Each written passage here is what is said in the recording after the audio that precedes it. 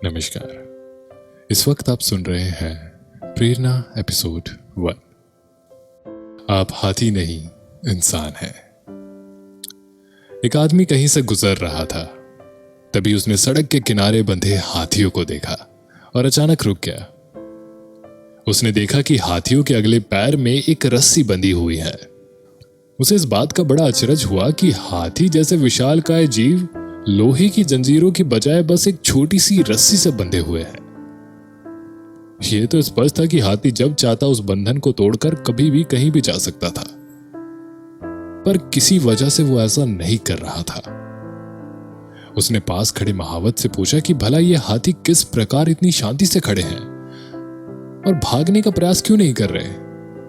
तब महावत ने कहा, इन हाथियों को छोटे पर से ही इन रस्सियों से बांधा जाता था और उस समय इनके पास इतनी शक्ति नहीं होती थी कि इस रस्सी को तोड़ सके।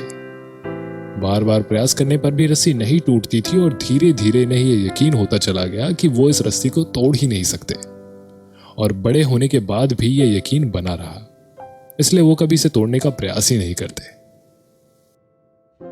आदमी आश्चर्य में पड़ गया कि ताकतवर जानवर सिर्फ इसलिए अपना बंधन नहीं तोड़ सकते क्योंकि वो इस बात में यकीन ही नहीं करते।